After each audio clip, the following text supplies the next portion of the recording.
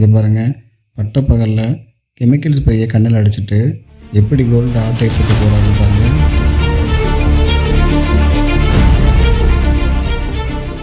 பாருங்கள், கடைக்கார அக்காட்ட கச்சிதமாக பேசி கல்லால் பணத்தை எப்படி ஆட்டை போடுறாரு பாருங்கள் நம்ம சொட்ட மாமா.